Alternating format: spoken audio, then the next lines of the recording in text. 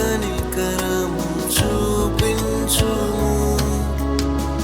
పాపము చేశాను, దోషినయ్యున్నాను.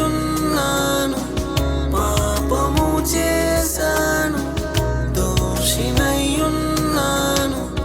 తెలిసి ఉన్నది నా అతిక్రమమే, తెలిసి ఉన్నది నా పాపములే.